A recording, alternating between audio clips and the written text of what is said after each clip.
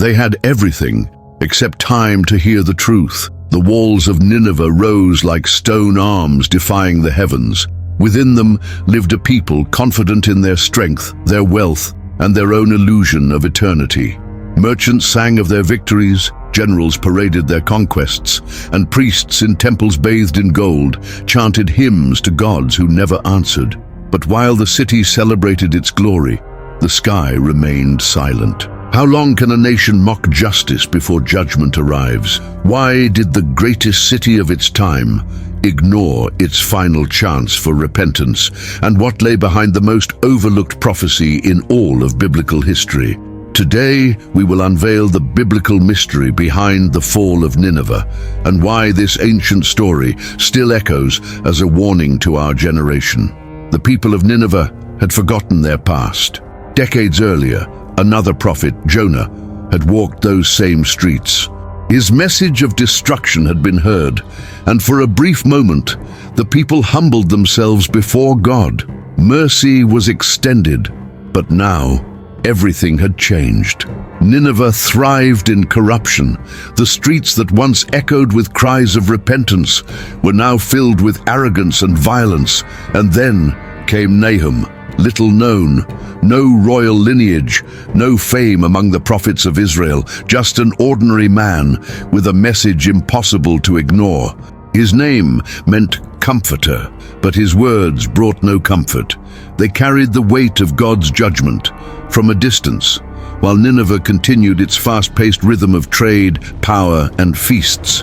Nahum walked dusty paths, heading toward a city that did not want to listen. The wind carried an invisible omen. The clouds seemed heavier, as if the very heavens were holding their breath. In his mind, Nahum replayed the words the Lord had given him. Each sentence, each proclamation of downfall, each glimpse of the destruction to come. And even while bearing the fear, he knew there was no turning back. The city that had everything now had a sentence. The biblical mystery behind that judgment was about to be revealed, and the prophet no one knew would soon become the voice that shook the most feared walls of the ancient world. Because when God decides to speak, even the most powerful learn that the silence of heaven never means the absence of justice. Nahum's journey was only beginning. As Nahum's steps moved closer to the city, the voices of Nineveh echoed like a song of arrogance and decay. The streets were alive, but not with faith, rather with extravagance. Businessmen shouted for profit, while corrupt judges sold justice for gold coins. Children ran between the market stalls, learning early that a man's worth was measured by the weight of his possessions. In the grand palaces, the banquets seemed endless. Foreign wines, seasoned meats, and the sound of drunken laughter, a cruel contrast to the muffled cries of the poor and enslaved along the city's outskirts. The smell of incense mingled with the odor of sacrificed flesh. The priests spilled blood on the altars, not in search of repentance, but to keep their stone gods satisfied. Behind every laugh, there was an injustice. Behind every celebration, an ignored scream. And Nahum felt all of this even before crossing the gates. Inside, his soul wrestled. The weight of the prophecy burned in his chest, but with it came fear, insecurity, the overwhelming sense of inadequacy. He was no warrior, no king, not a man accustomed to hostile crowds. The words God had given him were like fire on his tongue, but his mind whispered something else. Who will listen to me? Who am I to confront the most powerful city on earth? Memories of his village, of quiet afternoons transcribing scrolls, returned like shadows. He was just a scribe, a man with hands worn from writing, not from wielding a sword. What if everything went wrong? What if he failed? The fear was real, human. But amid the internal turmoil, one certainty grew. God's judgment would not wait. And now, looking toward the horizon, with the towers of Nineveh already visible against the sky, Nahum took a deep breath and stepped forward once more. If you believe the truth must be proclaimed, even when it's hard, subscribe to the channel now, leave your like, and share this video with someone who needs to be reminded that God's judgment never fails. On the other side of the walls, the city remained blind. In the taverns, men celebrated war contracts. In the alleys, injustice crushed the innocent. In the squares, poets praised the greatness of Nineveh, as if no day of downfall could ever come. But the heavens were already beginning to grow heavy. Nahum knew he could not turn back, because between the fear of speaking and the burden of remaining silent, he chose to obey. And in that moment, as the wind lifted the dust from the road, the prophet took his first step toward a destiny that would forever change biblical history. That night, while the city of Nineveh slept in its pride, Nahum could not close his eyes. His body was weary, but his soul restless. The wind blew with a strange intensity, making the curtains of his humble tent dance as if they were invisible messengers. Suddenly, the stillness of the early morning was broken by a presence he could not see, but could feel, like a weight upon his shoulders, like a fire burning deep within. The visions began, rapid images, chaotic, like fragments of a dream impossible to control. He saw the walls of Nineveh collapsing like sand in the wind. He saw the rivers, once the lifeblood of the city, now overflowing with violence, sweeping away houses, temples, men, women, and children. The sky stained red, the screams echoing like a collective lament, the sound of a people being handed over to their own fate. Nahum awoke with a start. His chest heaved as though he had run a marathon. Sweat poured down his face, yet the cold still gripped his hands. He fell to his knees, tried to pray, but the words would not come. Then, in the deepest silence of the night, the voice echoed. Not an ordinary voice, but something that seemed to come from every direction at once, cutting through the air, the bones, and the soul. Arise and prophesy against Nineveh, for its wickedness has come up before me. Nahum trembled. He knew those words. They were the same command given centuries earlier to another prophet, Jonah, as described in the book of Jonah chapter 1, where it says, "Arise, go to the great city of Nineveh and cry against it." But this time, there would be no collective repentance, no mercy postponed. This time, judgment was sealed. Nahum knew it, but that did not make the mission any less terrifying. Fear paralyzed him for a few seconds. His eyes drifted to the small table where the sacred scrolls rested. He recalled the stories, the persecuted prophets, the men of God who were stoned, the messengers who were silenced. For a brief moment, he thought of running away, of disappearing before the sun rose. The idea of vanishing and returning to the safety of his village was tempting. But then, as if in direct response, the voice echoed once more. "Who can withstand the day of my indignation?" As it is written in the Book of Nahum, chapter 1, verse 6. The ground seemed to tremble beneath his knees. Nahum took a deep breath. He rose slowly, his legs still shaking, but his spirit now resolved. The fear was still there, but now there was something greater than fear, the weight of obedience. He tied his sandals, grabbed his cloak, and stepped outside. The first ray of sunlight was beginning to cut across the horizon, and with steps still uncertain, but growing more determined, Nahum set out to proclaim the word that no one wanted to hear, but that heaven had already decreed. The sound of chariots thundered through the streets of Nineveh like rolling waves of wood and iron. The voices of merchants blended with the laughter of children and the clinking of coins changing hands. Aromas of spices, roasted meats, and pagan incense filled the air, creating a false sense of festivity and prosperity. But that day, amid the routine of the greatest city in the known world, something different was about to happen. Nahum, his garments still dusty from the long journey, stood in the central square. His eyes scanned every face, every shadow, every corner. His heart raced, but the decision was already made. He drew a deep breath and with a firm voice tore through the silence. Nineveh, city of blood, full of lies and plunder, the crack of whips, the rumble of wheels, galloping horses, bounding chariots, the flash of swords, the glittering spears, and the bodies piled high in the streets.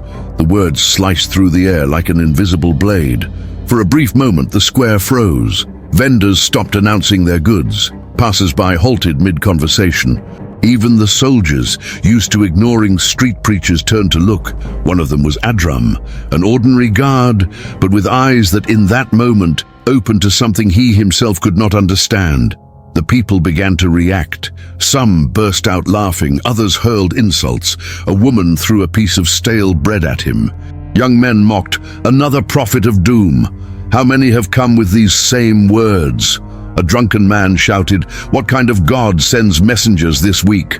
But Nahum stood his ground. Every word, every verse, carried the weight of a heavenly decree. He raised his voice even higher. Who can withstand the heat of his anger? Who can stand before the fury of his indignation? Just as it is written in the Book of Nahum, chapter 1, verse 6. The tone of his voice was not one of despair, but of certainty. It was as though heaven itself spoke through him. Adram, leaning against a stone pillar, felt a chill run up his spine. Something in that message unsettled him. He tried to convince himself it was just another agitator, but deep down, he knew there was something different. There was truth in that voice. Nahum, after delivering the message, stepped down from the stone where he stood. With steady steps, he moved through the crowd that still jeered. He made his way toward one of the narrow alleys that cut through the city. His face remained serene, but his eyes betrayed the inner battle he still fought. Adram stayed where he was, his gaze fixed on the path where the prophet had disappeared. The sound of laughter and insults still filled the air, but what stayed etched in the guard's mind was the echo of that prophecy. And as the sun began to sink behind the walls, Nineveh remained blind, unaware that its time was running out. The sky over Nineveh began to change. The clouds, once clear and scattered, now formed a heavy, opaque veil over the city.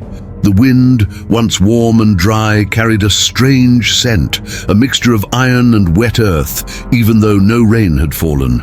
Along the banks of the Tigris River, the fishermen were the first to notice. Fish began to rise dead to the surface, floating belly up, their scales stained, their eyes dull. The children who played in the shallow waters returned home with irritated skin covered in reddish welts. The fountains that supplied the palaces and markets soon turned murky. Water, the symbol of life, now tasted bitter. The priests, uneasy, tried to explain. They claimed it was an offense against the local gods, a punishment for some unfulfilled vow. But within the palace corridors, even the most skeptical began to fear.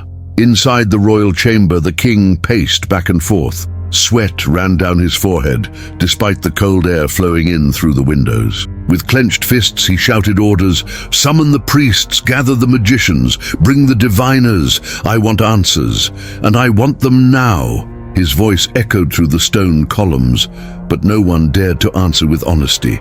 In the great temple hall, the aroma of incense grew stronger. Animal sacrifices multiplied. Blood ran down the stone steps as desperate chants filled the air with a mix of fear and superstition. The people watched in silence. Some covered their faces, others simply stared, wide-eyed with anxiety. Adram, the guard, stood there, in one corner of the square. He watched everything with growing attention. Each new offering, each new chant seemed somehow to increase the invisible weight already hanging over the city. An unsettling feeling grew inside him, as though the ground beneath his feet was on the verge of collapse. On the outskirts of Nineveh, farmers began reporting the appearance of strange diseases among the animals. Entire flocks of sheep and goats dropped dead, as if poisoned from within by some invisible force. The soil, once fertile, showed early signs of decay in the crops. Nahum, for his part, remained silent. He watched, waited, and prayed. He knew the signs were only the beginning. His words had been spoken, And now the heavens were beginning to respond.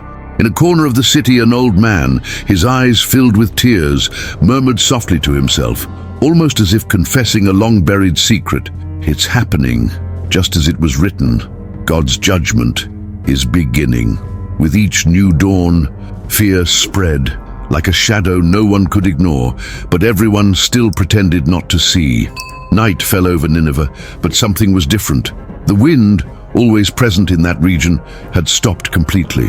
The flames of the torches flickered without reason, as if the very air refused to move. A supernatural silence covered the city, a kind of stillness that made hearts beat faster, not from excitement, but from fear. The streets stood empty. The markets, once so noisy, now seemed frozen in time. Even the dogs, always restless, had gone silent. A biblical mystery hung over Nineveh, like an invisible warning, waiting for the right moment to reveal itself. On the city walls, guards paced nervously, their eyes scanning the horizon, searching for some explanation. That's when Adram, the young guard who had once mocked, stopped at the southern wall. His eyes locked onto something strange, small cracks appearing in the stones, as if the very structure of the city was beginning to give way. Without a single blow, without any earthquake, he swallowed hard. For an instant, he felt as though the ground beneath his feet was breathing, as if something alive stirred in the depths of the earth. Meanwhile, within the city, Nahum remained in prayer, his knees pressed into the dust, his hands trembling, not from fear, but from a spiritual weight that only he could understand. Nahum's prophecy was unfolding, verse by verse, just as it had been declared in the sacred book. In Nahum chapter 1 verse 6, it was already written, "Who can withstand his fierce anger? Who can endure his burning wrath? His fury is poured out like fire, and the rocks are shattered before him." Adram could bear it no longer. He left his post, crossed the deserted streets, and searched for the prophet. He found Nahum in a corner of the city, near an old wall, the same place where days earlier he had shouted against the unjust. For a few seconds, the two simply stared at each other. The guard, still in his sweat-soaked armor, his hands trembling, and the prophet, with eyes filled with an invisible fire, the fire of one carrying a message greater than his own life. Adram took a deep breath, and before pride could speak louder, he knelt before Nahum. "I need to hear, not as a soldier, not as a citizen of this city, but as a man who, finally, understands that we are facing something far beyond ourselves." Nahum looked at him with the serenity of one who had long known this moment would come. "What you're about to see will change everything you believe, everything you think you know about power, security, and justice." Nahum's voice came out steady, yet full of compassion. The sky remained silent, but within the spirit of Nineveh, the countdown had already begun. The first light of morning had barely touched the towers of Nineveh when the ground began to shake. The sound was deep, like a roar rising from the bowels of the earth. People rushed out of their homes, frightened eyes, pale faces, all asking what was happening. But in Nahum's heart, the answer was already clear. God's judgment had begun. The walls, which for centuries had been considered impenetrable, started to give way. Cracks opened, stones slid, and at last, a deafening crash echoed through the city. An entire section of the southern wall collapsed, raising a cloud of dust, leaving a gap wide enough for entire armies to pass through. And that is exactly what happened. Like a raging river, Nineveh's enemies surged forward, the Medes, the Babylonians, soldiers from nations that had once trembled before this empire, now marched with fury through the shattered streets. The king, surrounded by his last remaining advisors, watched from the palace balcony. Sweat streamed down his forehead. His hands trembled. He called for his guards, but few appeared. Many had already fled. Others simply turned against him. Betrayal came swiftly.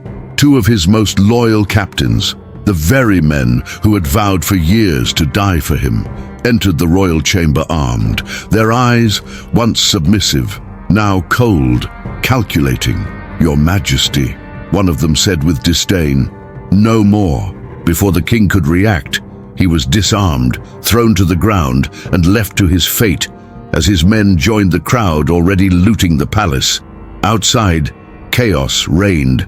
Houses burned, screams mixed with the clash of swords and spears, and the ground continued to tremble. The Tigris River, which flowed alongside the city, began to overflow, as if nature itself were responding to the divine decree. Amid it all, Adram ran through the streets, trying to save desperate civilians, the children, women, the elderly. His face, marked by dust and fear, showed that something inside him had changed. Arrogance had given way to compassion, and doubt to a painful certainty. Everything Nahum had foretold was happening. High above, the prophet watched in silence. The words that for so long had echoed alone on his lips now took shape, with every falling stone, every rising scream, every tear shed. As recorded in Nahum, chapter 3, verse 7, "All who see you will flee from you and say, 'Nineveh is laid waste. Who will mourn for her?'" And in that moment, Nahum understood. There was nothing left to say. The prophecy was complete, and God's judgment undeniable. Silence. For the first time in centuries, Nineveh was silent, not the silence of peace, but that of complete destruction.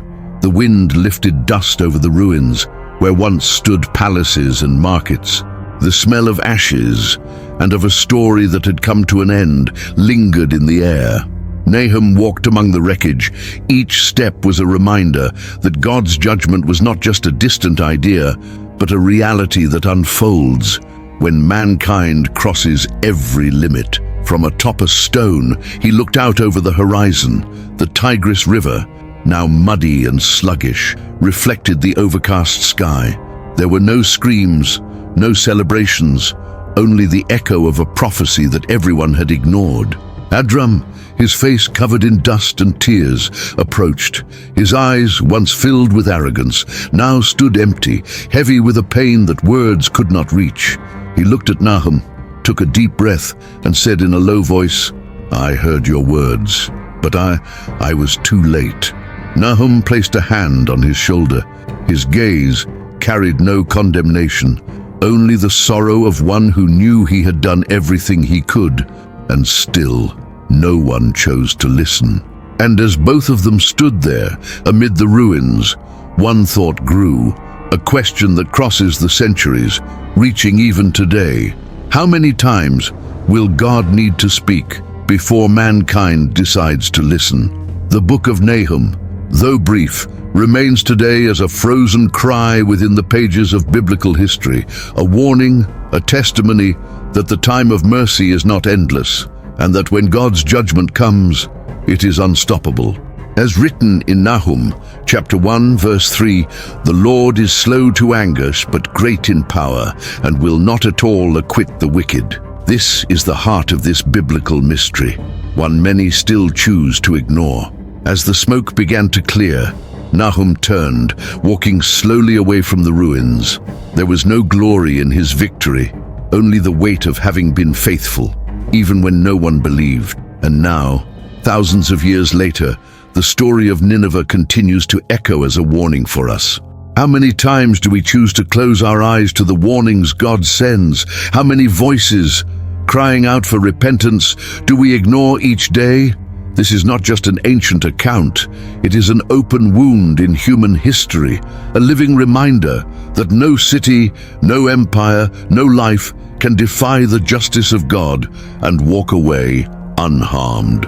If this story has spoken to your heart, if you feel that God is also calling you to listen, to change, to warn others, leave a comment now. Which part of this story moved you the most? And if you believe that messages like this must continue to be told, subscribe to the channel, turn on the notification bell, and share this video with someone who needs a spiritual awakening. Because, as we learned from the fall of Nineveh, when truth is ignored, judgment does not delay. May God speak to your heart, and may this biblical story not be just another forgotten tale, but a turning point in your life.